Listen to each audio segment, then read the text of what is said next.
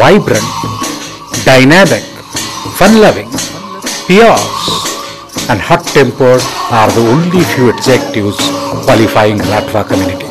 The largest group of Bhil residing in Chota Udaipur Taluka of Vadodara district in Gujrat in India. This is what told by my photographer friend Mr. Pradeep Patel, popularly known as PK from Ahmedabad. And instantly we thought that we should not miss the forthcoming Holi festival.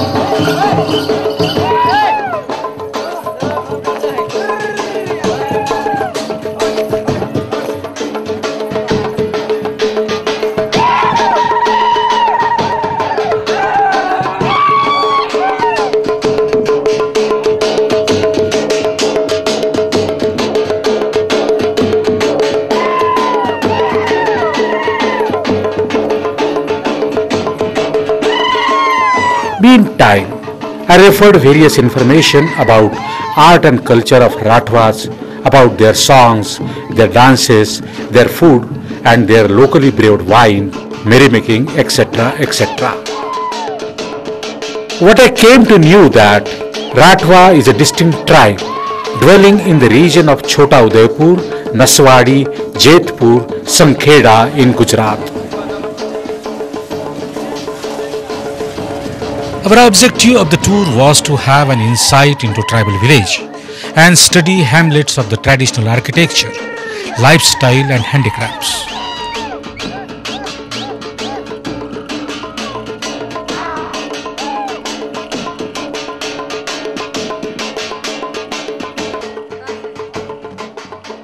As well as to see Rathwas sporting colorful attires, chunky jewellery, Pithora painting, pottery, terracotta figures, and most of all, the Chum Chum, their most famous dance form.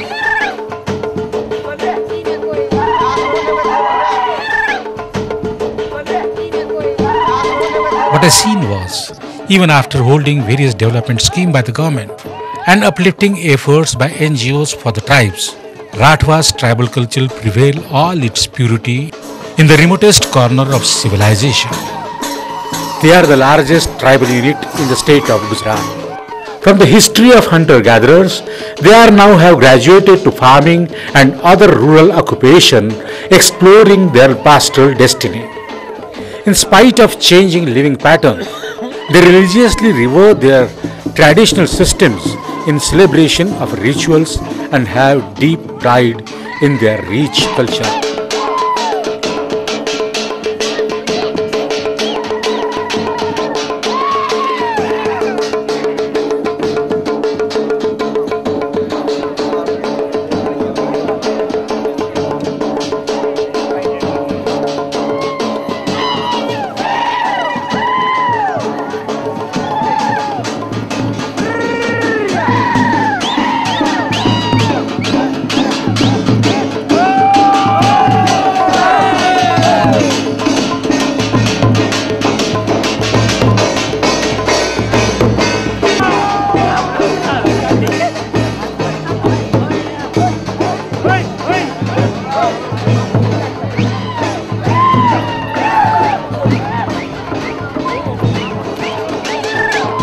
Music plays an extremely vital part in their life. No Rathwa would feel complete without his lovingly embellished flute as a remembrance of his forested homeland. The Rathwas also practice a mural painting form based on traditional beliefs on the walls of their home, dedicated to Pithora, the Rathwas god of universal well-being.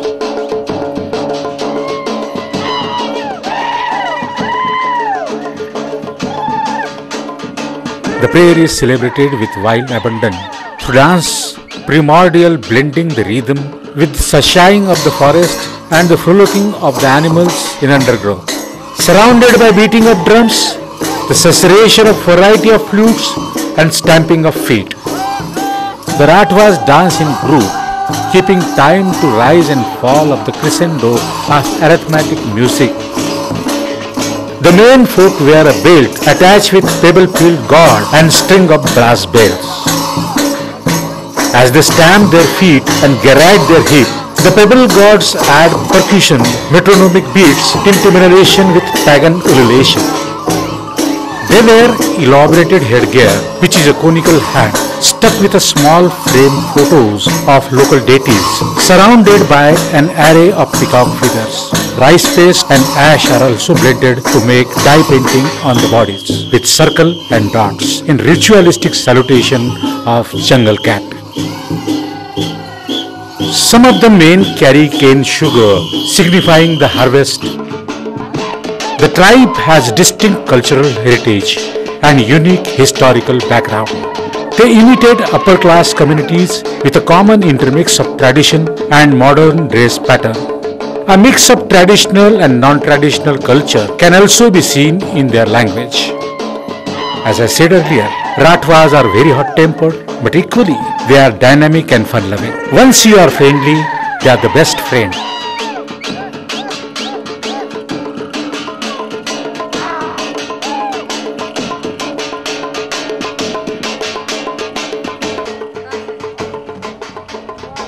Rathwas are mostly dependent on the forest for cultivating agricultural land, wild animals for prey, wood for fuel and house building. For earning additional income, they are also engaged in collection and gathering of forest products. Education is playing an important role in changing pattern of their lifestyle. Prominent politicians from the community faced various development and uplifting schemes to the doorstep, and it resulted in social alertness and tying communal knots.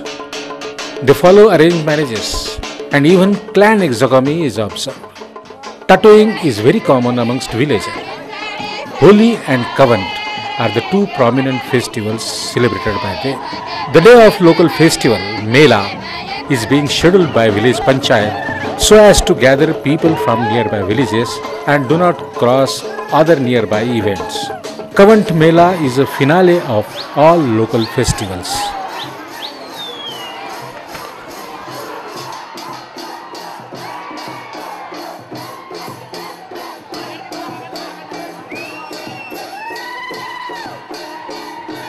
A small town, Kavant, is located in the heart of Rathwa homeland near Chota Udaipur, about 100 kilometers from Vadodara. There was no good hotel that time. Fortunately, we got dormitory accommodation by mercy of local small restaurant owner on strict warning of decent mannerism. Not to drink, not to smoke. For food, we were blessed by recently opened roadside dhaba. The Kavant festival is a catharsis of emotional splendor, a rite of passage, family liaison and successful harvest, all amalgamated into one tremendous exposition of colors. For me, it was an opportunity to shoot a lovely picture. The Rathwa festival at Kavant is a pagan ululation to harvest and link between human and nature, celebrated since time immemorial. It usually happens on the third day after Holi. It is an annual gathering of Rathwa community to recreate joy of existence and life. It is a sheer delight to watch the exuberance of Rathwa men and women dressed in their distinctive finery, gradually congregating to sing and dance, discuss marriages and liaison, barter goods and services. Every lane in small town is full of young Rathwas dancing on the rhythm of trumpets and velvets, entertaining themselves and masses. The groups are treated with cash gifts in kind, sometimes on forceful demand too. It raises to a grand crescendo of gaiety and high energy. Young Rathwa show up the changes with affluent eye-catching fashions, lighters, sunglasses, mobile phone, etc. etc. Even after massive attack of television and cinema, the tribal culture still prevails in all its purity in the remotest corner of civilization. I was fortunate to witness the same.